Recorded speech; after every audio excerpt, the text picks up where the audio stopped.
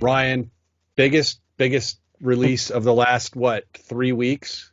Oh, okay. Hits theaters. Hits theaters this week. The long suffering, I won't say long awaited, because though some people have been waiting for this movie for 13 years, I actually think that those people are in the minority, but we'll get to that. Avatar, The Way of Water. In another news, water is wet. James Cameron is back. We're back on Pandora. What did you think of the first one first? I think I've made my feelings clear, but I'll rehash after you. Sure. I mean, I think that, I thought it was okay. I thought it was fine. I didn't think it was anywhere near James Cameron's best work. Yes, the technology-wise, it was really progressive. It did some wonderful things in that regard. Yep. It also ruined cinema for a while because everyone then tried to do 3D. Right. Just slapping it together at the last minute. So that yes, the old 3D conversion. Yes, and that literally was Avatar's fault. Because that's part of the reason why it made so much money, is because of that additional charge for 3D, and everyone had to see it in 3D. People wanted to see it in 3D, and then it wasn't like 6 months to a year after that, the 3D was actually dead. Yeah. Because of what Hollywood tried to 3D everything. Anyway, yep. I thought it was okay. Yeah, I mean, I think when you have a film that makes as much money as that did, it gets a little extra scrutiny. Why this movie rather than X, Y, or Z? Does this make it the greatest movie of all time? Spoiler alert, no, it does not. Right. So I was okay with the first film, but I certainly didn't. I guess the spectacle of it, I understand why people would want to go see that in a theater. But yeah, you're right. No one had ever seen anything like Avatar. No, it was groundbreaking in a way that maybe even Star Wars. It was the first time seeing movies like that. Right, and so people wanted to see it in theaters. Yes, and people then went and saw it again because they had never seen anything like it. Correct. Now, which is honestly part of the reason people went and re-saw Star Wars, because they had never seen anything like it. Now, just real quick on how much money it made. There are movies, and we've said this before, there are films that need to be seen on the biggest screen you can, at least once. Yeah. Right. We, one earlier this year, Top Gun Maverick. People should see that at least once on a big screen. Whether you see it on IMAX is irrelevant. I mean, it's awesome in IMAX, but you want to see certain films on a big screen because your TV can't do it for you. No. Maybe when you go back and watch it again, you can remember all that, and that's why I think cinema is never going to be dead. Hey, we've had this discussion before. Okay. Yeah. 13 years later. We're getting not one, but 4 sequels, supposedly, to Avatar. And the first one is out. 3 hours and 12 minutes. And I'm going to comment on that in a little bit. Once again, James Cameron comes into this, and he is, look what I have done with the technology. And literally, he's explaining the name of this podcast. It's look what the movie looks like, and everything else is secondary. This movie looks incredible. Mostly, we saw it in IMAX and 3D. So I've said 3D is a gimmick, and it's been a gimmick since he made it popular. Yeah. I don't think Hollywood killed it quick enough. And in this film, and in any 3D film, not just this film, in any 3D film, it's still not perfect. And therefore, it can actually take you out of your movie-going experience. And I will say that till the day I die. And there may be some parts that look really cool, and then there are parts that take you out of what you're supposed to be watching. And that is the problem with 3D. So until we get a full-on holodeck, I really don't think that cinematic 3D is ever going to be more than a way to get a lot more money. Well, from people. I would argue in this, because this is also using the higher frame rate. 48, I believe, is what I saw. So double the Yeah. frame rate. And so it looks different. And visually speaking, I guess my gripe is that when you're looking at certain scenes, it looks like you're looking at a window, except for the fact that it blurs in the background in ways that natural sight does not. And 3D might be a part of that, but if you're going to make something that is so realistic that it feels like you're looking through a window, yeah, it's problematic if the background, I mean, it doesn't, if it doesn't feel like you're actually looking through a window because the background's so blurry or out of focus, or however you want to go. So I think if you're going to see this film, and you do want to see it in IMAX, because IMAX handles the higher frame rate better than the smaller screens do. Yep. 3D and the higher frame rate is typically better than it would be in a lower frame rate. But again, what is your goal with this? Because it still looks not quite right. And there are scenes that that cutaway shots in this film that are softer than other scenes, or shots that are right before it. So there's some fuzziness occasionally that kind of takes you out of the moment, and I think maybe that is partially the 3D conversion, and the jumping between shots that maybe the 3D isn't a smooth transition, right? Because there's just the way that the images change. I have issues with the technology, to be honest. I have a theory about that, and don't let me forget to tell you. Sure. Before we get to it. So what did you think of the story? I don't disagree with anything you said. Okay, look. So the story of the first one was humanity finds Pandora because we want unobtainium. Yeah. So there's a huge environmental message. Is it Dances with Wolves / Pocahontas in space with a poorly named magical crystal, right? That was the story in the original Avatar. In this one, it is years later, and humanity is returning, but we don't really know what for, except that they're coming back, and they're coming back more human. In terms of their destructive ability and what they want to do, but we're led to believe for the longest time that they still want unobtainium. But maybe that would be the assumption. Why would you come back to some place that, you know what I mean? They came for unobtainium because it's the only place they can get it. So they're coming back ostensibly.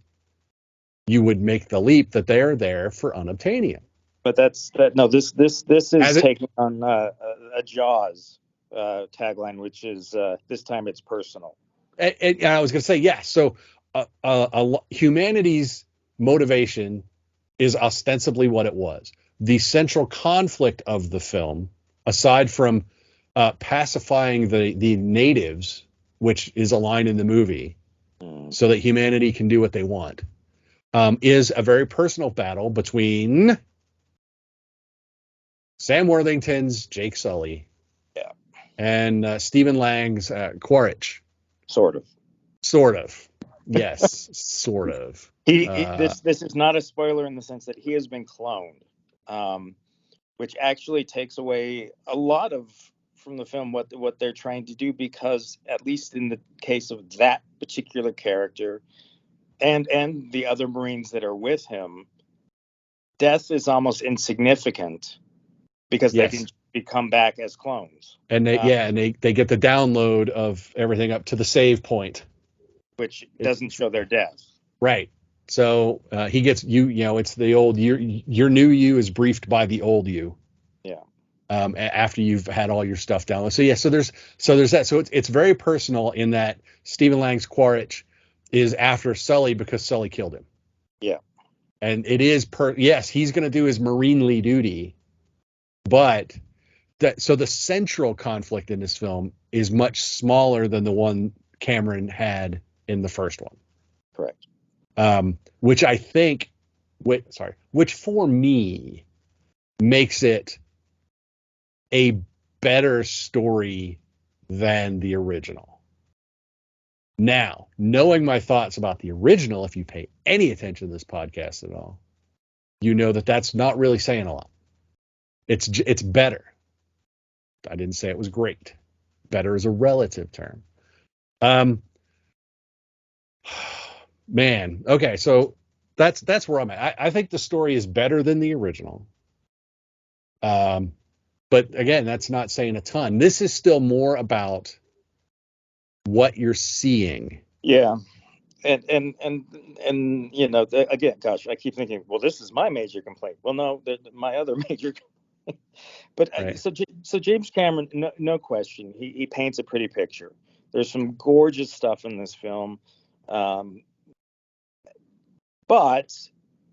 what he has a habit of doing is he'll show you something pretty and then tell you that it's pretty, or that he'll show you something that you know is going to be important, but then he'll tell you that it's important, or he'll tell you how you're supposed to be feeling when you look at something. He is trying to control the entire narrative through really, really crummy dialogue, occasionally really bad narration. Yep. And if anyone has seen his documentaries on the Titanic, or what, you know, any of his deep sea documentaries, it works okay in the documentaries, but that's because it's a whole different thing.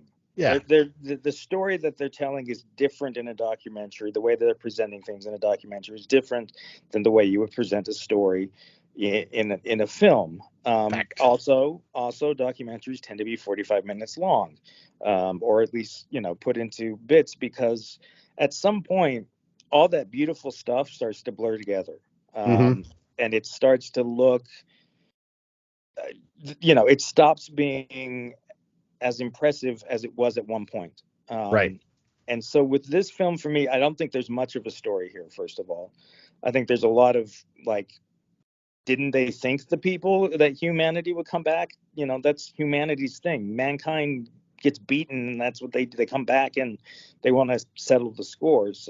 We don't like to lose. But there seems to be no preparation for them to come back, or no even idea that they might come back, or, you know, there's a lot of things that just don't make a lot of sense, but that's fine, I guess. But my biggest problem with the film is everything is every scene is supposed to be big, huge, and beautiful, and there's nothing in between.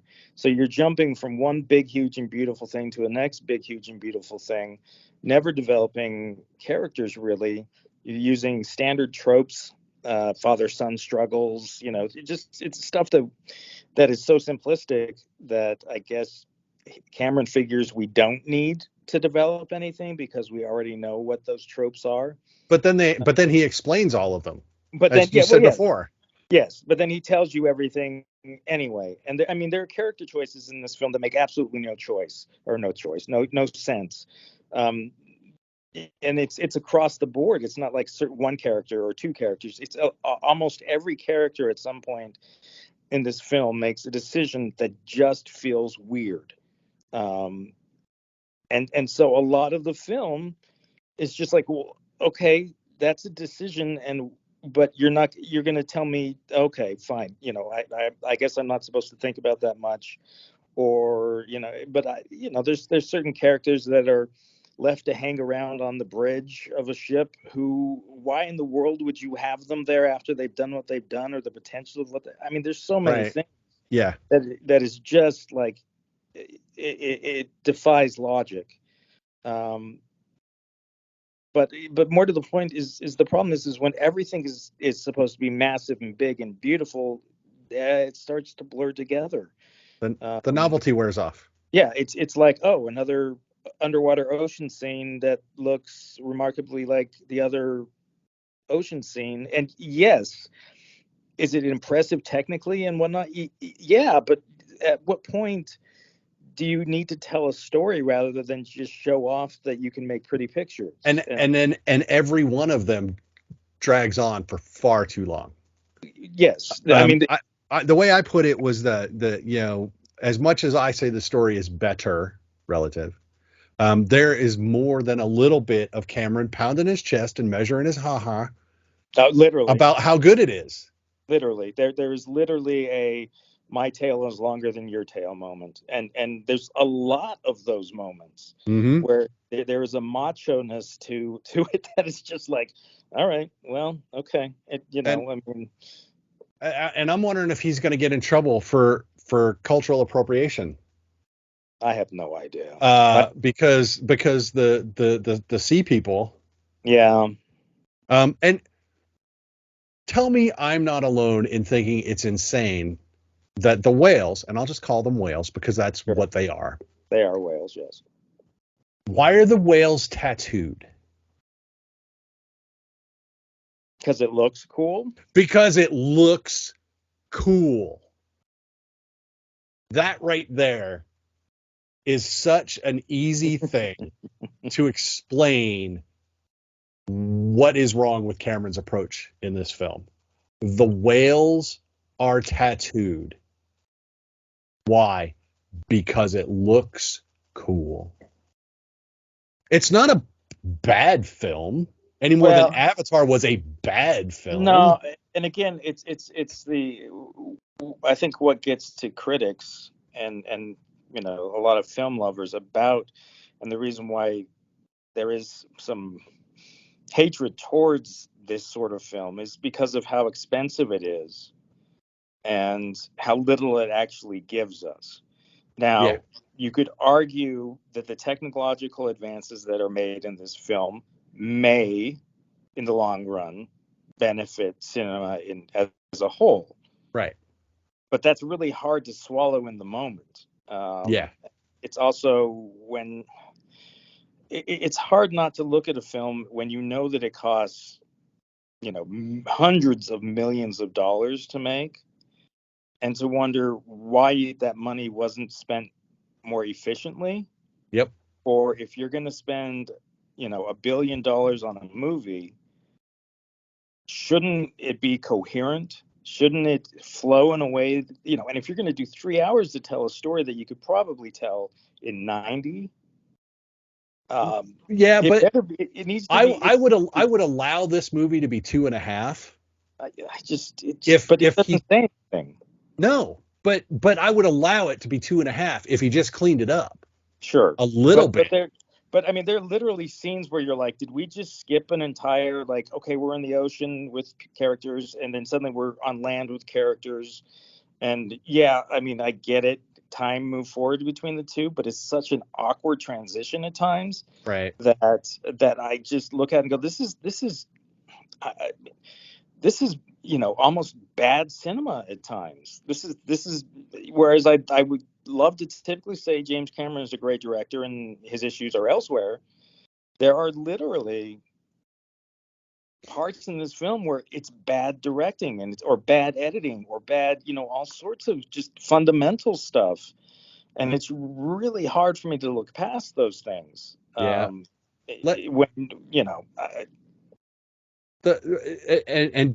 I may have mentioned this after the screening. There are 2 abandoned plot threads that sound major at the time in this film. One of which might carry over to the third. Sure. But the other one, it's like, it sounds deathly important. And then is never addressed again. And the second one is the motivation for what humanity is getting from the planet now, because it is not, mild spoiler alert, unobtainium. No. It's something else. but it's introduced. It might be the most detailed MacGuffin ever in terms of this film. Or in terms of a single film, or this film standing on its own. It might be the most detailed and explained MacGuffin out there. And it goes nowhere. There's like one scene where they talk about it and then it's gone, never to be heard from again. Well, and it feels like there might, there's I mean, there are obviously scenes that were shot that weren't included in the film. Now, Well, yeah. I mean, Maybe if you'd cut out a little bit of scenery. yeah, but I mean, there are gaps here and there that well, or I would like to believe There that you made go. sense. Where it didn't, where, okay, why does this happen? Well, in the original script, we went into, but it was too long-winded or what, I don't know. But they're literally like I guess he's world building, but not in a way that's effective. And maybe we'll feel differently after we see the next couple films.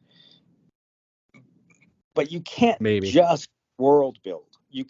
That can't be you've got, you tell a story that means something and matters, that when you reach the end of the film, you think, well, the story could not have happened without this story. Whereas I'm not sure that you need this story in whatever comes next, because it doesn't feel like this story really did much of anything other than recycle parts of the first film and stick them underwater.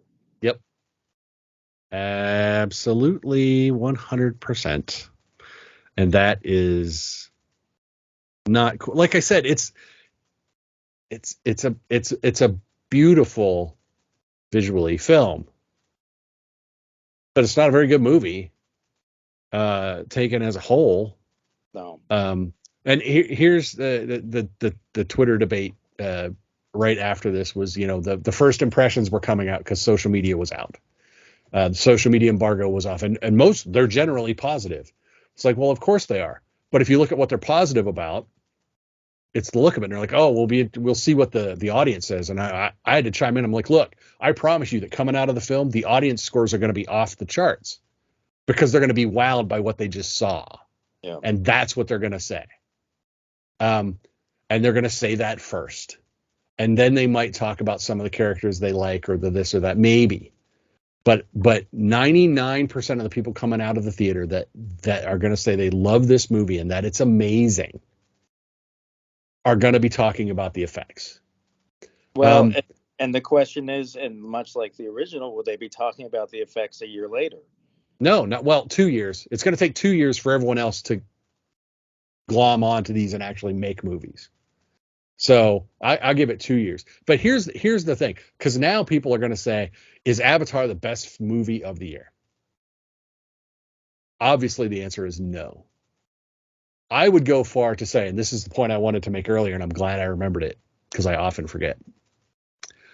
Avatar, The Way of Water, is not even the best animated film of the year.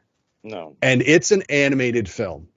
Yes. So, because this debate was raging this year about what is an animated film.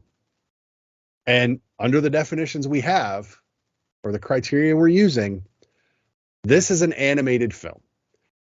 Therefore, this is not even the best animated film that I have seen this year, much less the best film I have seen this year.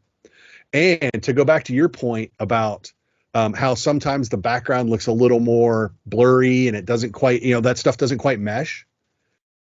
I think that might be because it is in fact animated.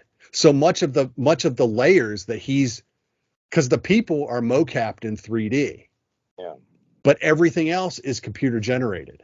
So the person that you're seeing is computer generated, but it's based off a person. So all of the light and the depth and stuff is captured with those 3D cameras. Everything else, the computers are trying to make 3D.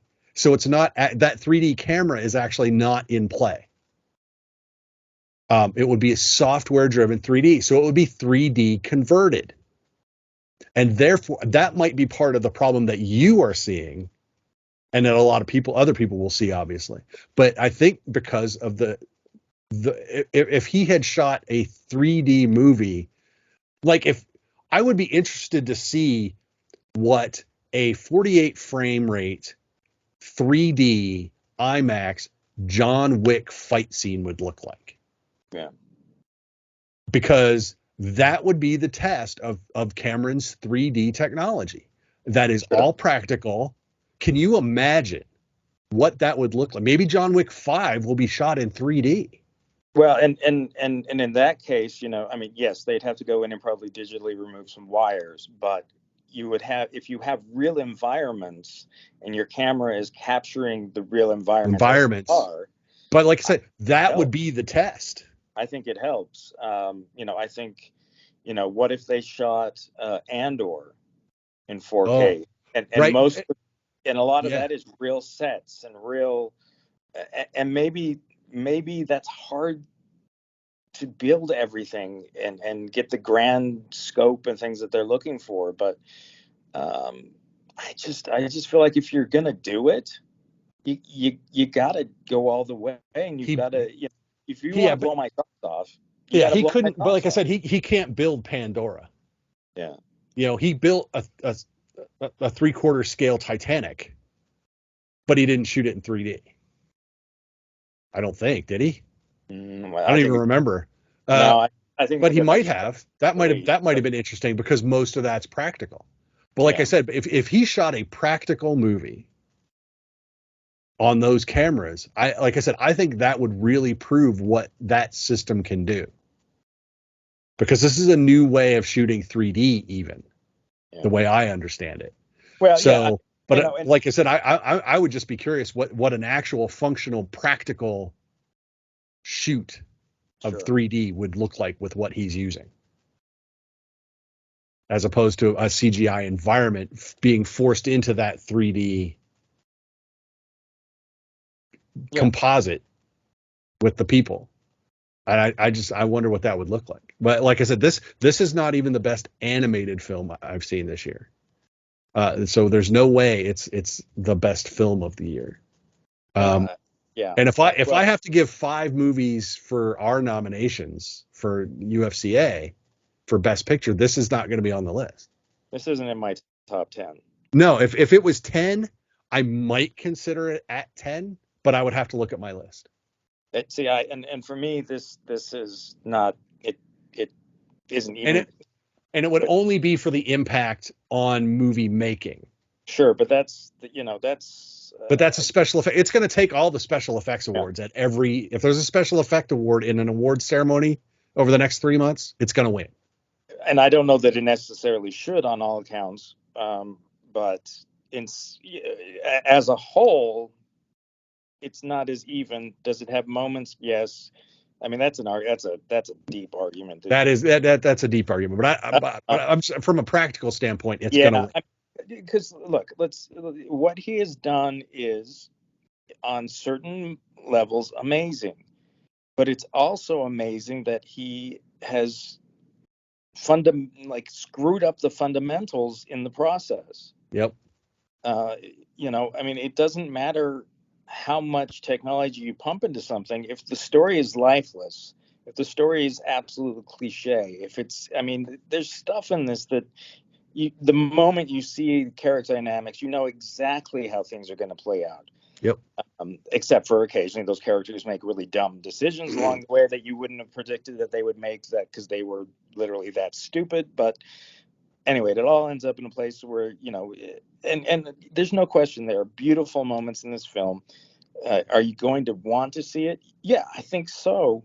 But let's not put this one on a pedestal. Let's not, I can't.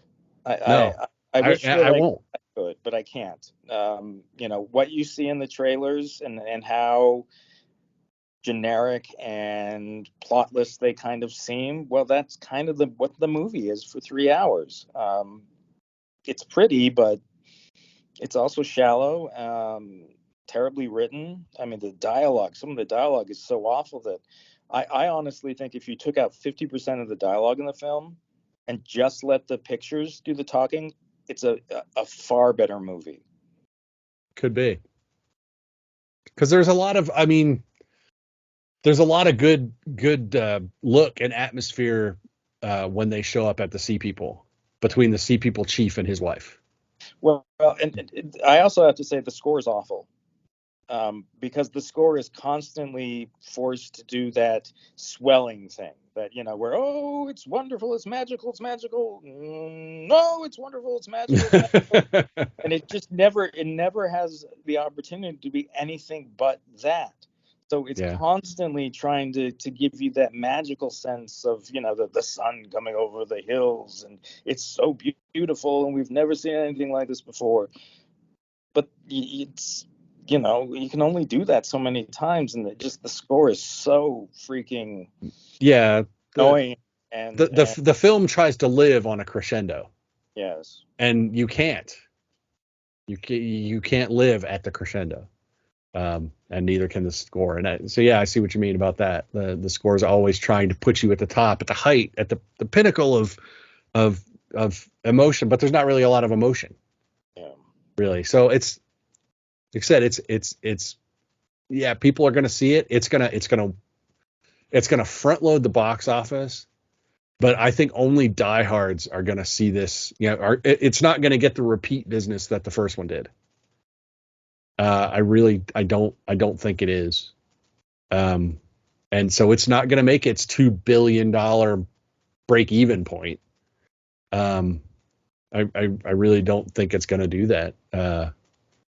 I mean, long awaited sequels this year, Top Gun was better. Oh, far better. So, I mean, there's for me, there's no comparison. The two films were made completely, almost in polar opposite styles, where one tried to make everything real and where one tried to make everything fake. And I think it plays out. And it's and the two approaches. I mean, Top Gun, everything was shot practically to make you believe they were, to force you to know that they were feeling what they were feeling and doing what they were doing. Yeah. And in Avatar, it's not. No. Everything is done to show you what we can do. So in Top Gun, everything was done in service of the story or the character, to have those impacts on the story and the character. And in Avatar, it's not.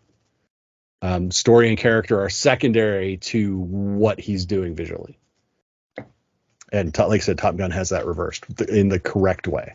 So that's, So sadly, I like I said, I will say, I liked it more than I thought I was going to. But again, that bar was really low. But I really thought I was just going to hate it. Like, come out and going, hate it, burn it, kill it with fire. And I don't feel that way. But it's not a good movie. So that's sadly where I'm at. Yeah, and I just think that now I've exhausted I don't feel like talking about the film.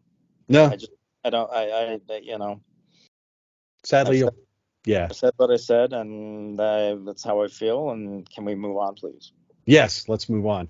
Speaking of moving on, we're going to move out of this, and we'll be talking about more movies. We have. I'm still playing catch up on awards screeners for that. So by the time this is out, I'll still be probably playing catch up on screeners. So, and I know you probably farther along than I am, but you also have something else going on. We'll see. But that is it for Avatar: The Way of Water. I can't wait to see Avatar 3, the mole people, because we've had the forest and we've had water. So I guess now it's going to be the mole people, the underground Na'vi, if you will. That'll be the next one, I'm sure. So it'll be something geothermal, and there'll be a volcano or something. I don't know. That's my guess. So we'll have to see how that goes. Sorry if you people don't agree with us on Avatar, but what can you do? This is the world we live in. Don't forget to like us, follow us on social media at VS Movie Podcast. Go to the website, vsmoviepodcast.com. You know where we are at. If you're on YouTube watching this, click subscribe. That would be great. But until we talk about another movie that we hopefully like more than this one, I am Mark. That is Ryan. Bye, Ryan. Hey, guys. And we will talk to everyone later. Bye-bye.